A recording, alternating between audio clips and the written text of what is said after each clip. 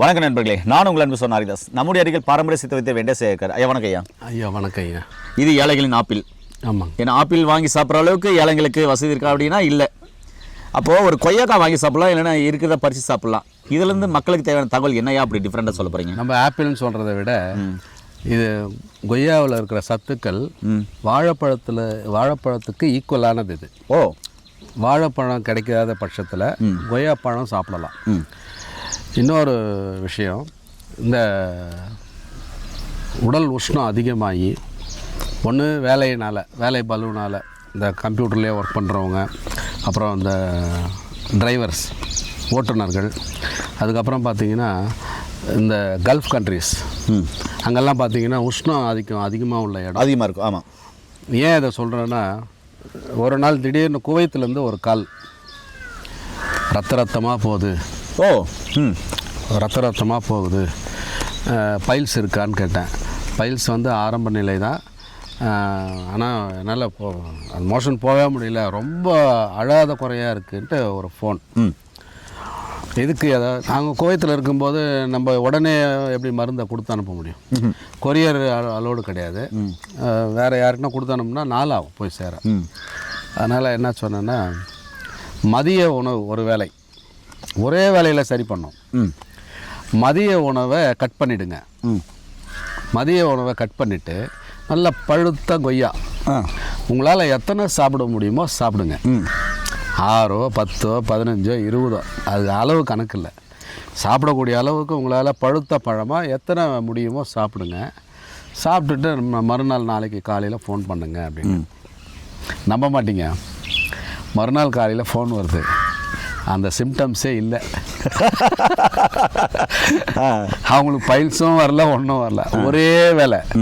ஒரே வேலை டோஸில் வயிறு முட்டை மதியம் சாப்பாடை கட் பண்ணிவிட்டு வயிறு முட்டை சாப்பிடுங்க. பழுத்த கொய்யா பழத்தை பழுத்திருக்கணும், ஆனால் நல்லா வயிறு முட்டை சாப்பிடுங்க. அதோடு பசிக்கும் போது இரவு எளிமையான உணவாக எடுத்துங்கன்னு.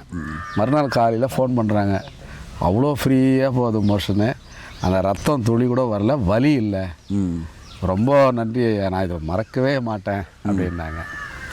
அவ்வளோ பிரமாதமாக இது மலமிளக்கியாக வேலை செய்யுது. வேறு யாரெல்லாம் சாப்பிட்லாம்? இது பழுக்காமல் காயாக வந்து சர்க்கரை நோயாளிகள் சாப்பிடலாம், துவர்ப்பு தானே. அதே மாதிரி இன்னொன்று சொல்கிறேன், காலை மாலை 2 வேளை 5 இலை கொய்யா இலை கஷாயம் வச்சு குடித்தாங்கன்னா சர்க்கரை வியாதி துண்டக்கானம் துணிக்கானு ஓடும். இதுதான் ரகசியம். 5 கொய்யா இலை மேலே காலை மாலை 2 வேளை 5 கொய்யா இலை.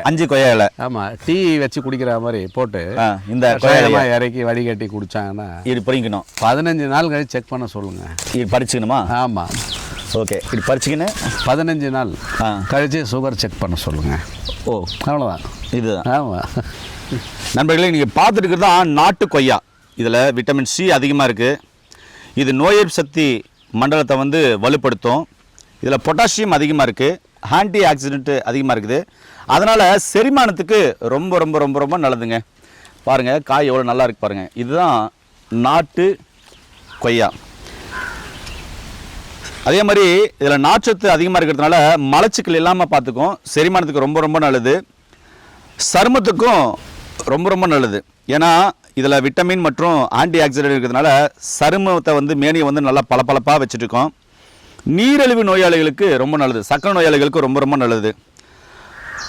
கொய்யா பார்த்தீங்கன்னா சர்க்கரை, அதாவது ரத்தத்தில் இருக்கிற சர்க்கரையின் அளவு வந்து கட்டுப்படுத்துங்க. அதேமாதிரி இதில் ஆன்டி ஆக்சிடென்ட் அதிகமாக இருக்கிறதுனால தேவையில்லாத நம்ம உடம்புல இருக்கிற தேவையில்லாத செல்களை வந்து அழிக்கிற தன்மை இதில் ரொம்ப அதிகமாக இருக்குது. கண் பார்வைக்கு ரொம்ப நல்லது, ஏன்னா இதில் விட்டமின் ஏ அதிகமாக இருக்குது. அது மட்டும் இல்லை, இது மூளைக்கு ரொம்ப நல்லது. ஏன்னா கொய்யாவில் விட்டமின் B3 மற்றும் விட்டமின் B6 இருக்குது. அது வந்து மூளையின் செயல்பாட்டை வந்து அதிகப்படுத்தும்.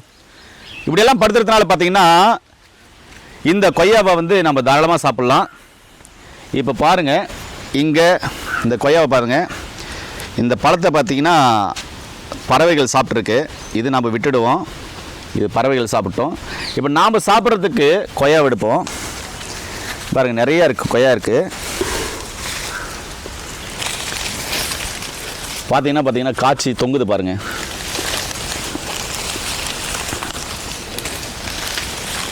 இங்கே பார்த்தீங்கன்னாக்க காய்ச்சி தொங்குதுப்பாங்க ஏழைகளின் ஆப்பிள். அதே மாதிரி ரொம்ப ரொம்ப அருமையான ஒரு பழம் பார்த்தீங்கன்னா நாட்டு கொய்யா. நாட்டு கொய்யா என் கையில் இருக்குது. ரொம்ப நல்லா டேஸ்டாக இருக்குது.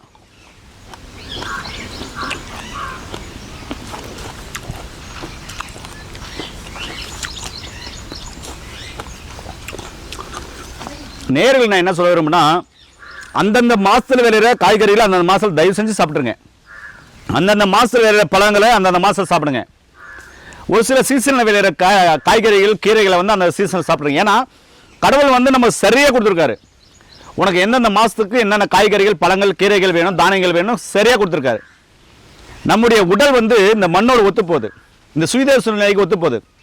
அப்போது நம்ம ஏரியாவில் இருக்கிற பழங்கள் காய்கறிகள் தான் நமக்கு உதவும்.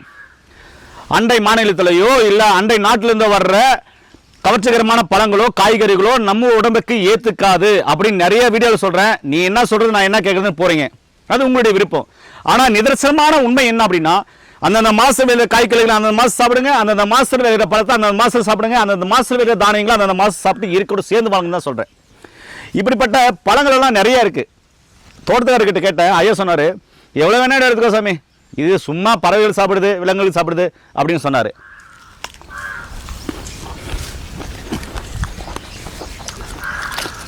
எவ்வளோ பெரிய நல்ல மனுஷன் பாருங்களேன். இந்த கொய்யாப்பழம் பார்த்தீங்கன்னா இன்னும் நிறைய பிரச்சனைகளை சரி பண்ணும். அதே மாதிரி மலச்சிக்கல் சம்பந்தமான பிரச்சனைகள் வராது. உடலில் கழிவுகள் சேராமல் பார்த்துக்கும். உமிழ்நீரை வந்து அதிகப்படுத்தும்.